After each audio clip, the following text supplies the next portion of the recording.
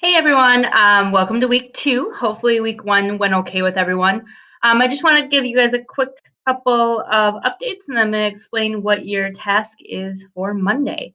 First of all, I know that we've been having some issues with Schoology, and that is a nationwide problem because more people are trying to get onto these platforms than ever before. And so because of that, the hopefully it'll get better this week. But one thing that I have heard that has been really helpful for some students in order for them to be able to work on things whenever they want to is when they wake up in the morning, they go on to Schoology and they download any assignment that they may need to work on for a class. And so they can work on those assignments. And then if Schoology crashes, they then don't have to worry about accessing those assignments.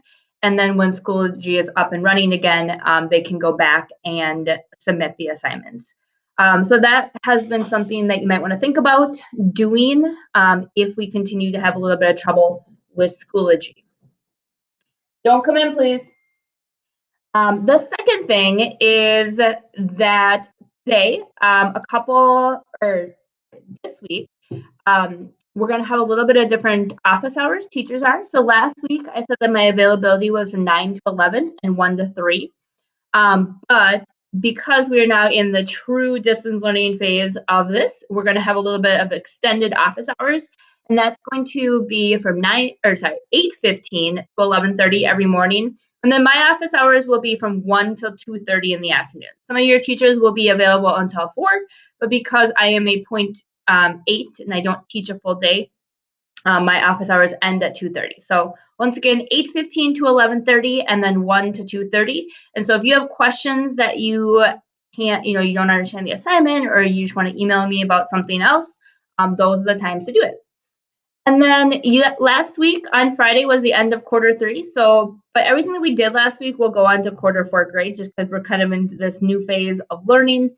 And we are going to, and then everything we do this week. If you had any old assignments, they had to be turned in by last week, and I'll get the grades posted shortly. Just remember that quarter 3 grades and quarter 4 grades do average together to give you your semester grade, which is really what you're worried about. So if you did not like your grade, particularly in quarter 3, you still have a way to get that up for the semester. We are starting political geography this week, so we're moving into a new unit, and we'll do this for about 3 weeks of political geography. So I'm going to switch over to my screen to explain to you guys what we are going to be working on starting on Monday. All right. Okay, so I'm going to explain to you guys a little bit of what we're doing this week. It will look pretty similar to last week in terms of just having a daily folder that goes with each of your kind of tasks for the day. But before we get into that, I just want to do a quick little intro into what political geography is because we'll be starting a new unit today. And so I just wanted you guys to take a look at this quote, and this comes from a member of Apollo 9 who were the aircraft that landed on the moon in 1969. And so it says, when you go around the Earth in an hour and a half, you look down there and you can't imagine how many borders and boundaries you cross again and again and again. You don't even see them. From where you see it, the thing is a whole, and it's so beautiful. This is a picture taken from space of the Earth, and as you take a look at it, really you don't see all those boundaries, those transitions that we create on the Earth. You don't see the boundary between the United States and Mexico or Brazil and Argentina. And the quote is really just kind of getting at that. But when we think about the Earth, we oftentimes think of the globe that looks like this. That is divided into political space, that is divided between countries, and then within the country, we think about internal boundaries like states and counties and cities. And really, when we think about that, political geography is really kind of taking a look at our organization and our creation of space. And that's going to be one of our focuses of this unit. So moving forward a little bit, when we take a look at this map, this is a map that you probably recognize. It's a map of the entire world and every single country. And this map has become very natural looking to us. When we think about the Earth, when we think about our world, we think about those divisions between different countries. But really, this map that has about 200 countries really has not existed for very long. It's existed for less than 500 years. And prior to that, boundaries were not as clear cut. Boundaries were a lot more transitional. If you think about like a kingdom concept, or there's a lot of space open that really didn't belong to anyone. But this map has this political organization of space is really a product of the colonial period, which will be a focus of this unit. And the boundaries that were created really in the 16, 17, 1800s are really what we're working with today. So some of our major topics for political geography will be: how have people organized Earth's land surface into countries and alliances?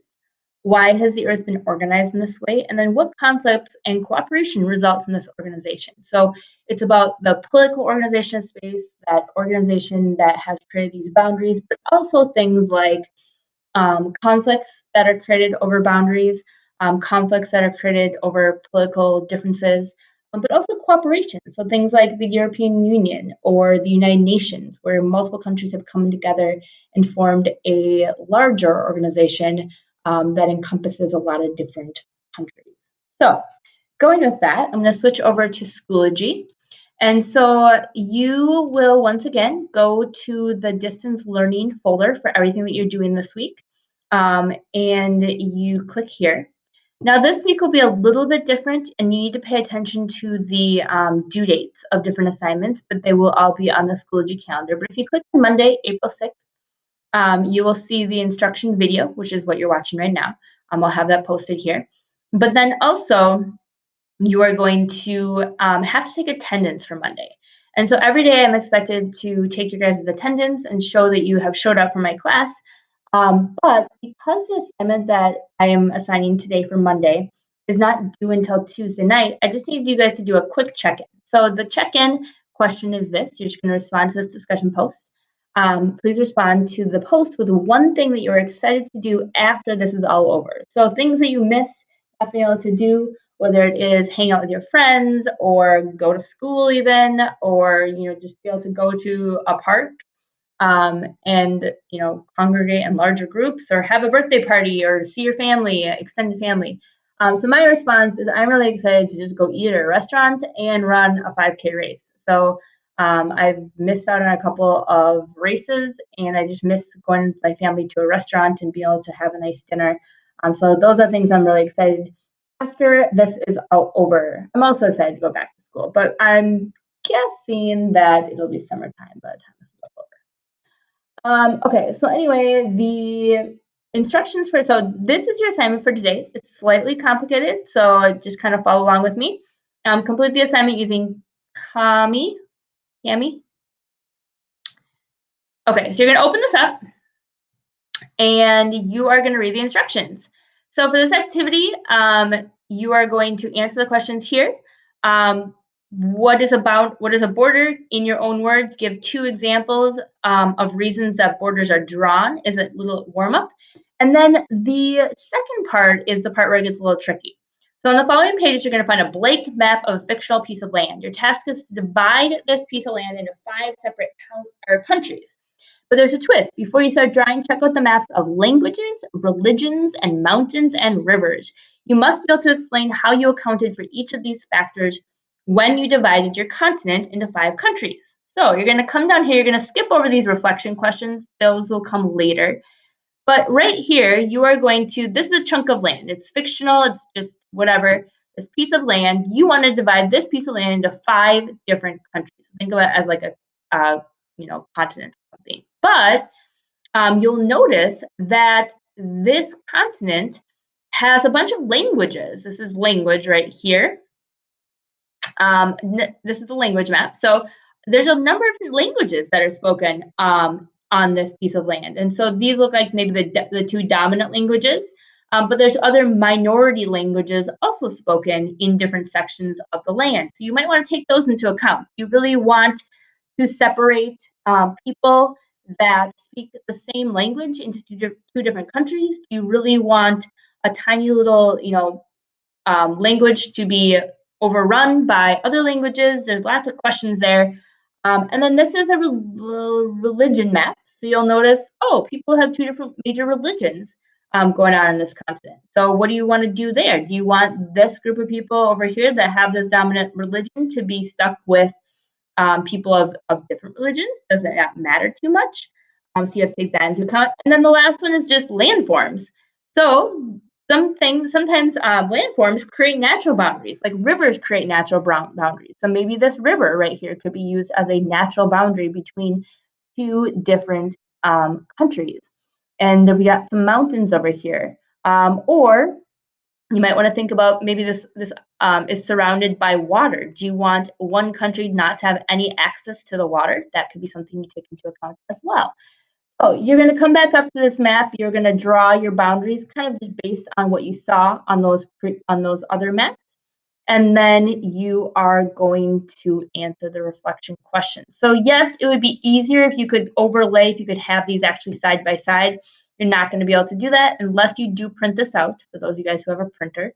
But you are going to try your best to draw those boundaries and then answer some of those questions. Explain how you use physical features on the map to define your boundaries. Explain how you accounted for cultural features, language, and religion.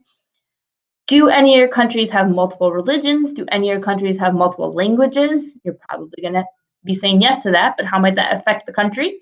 Think about if we have two dominant languages in a country, who decides what language is going to be used most in government, in schools, whatever it may be. So this is just kind of a warm-up activity into political geography. Hopefully it makes sense. Please email me if you have any questions, and we can try to figure it out. All right, have a great day. Have a great week one. Just know you're going to be always going to this distance learning folder for your assignments. So tomorrow you'll have this assignment due, but you'll also have something else for tomorrow as well. All right, have a good week, guys.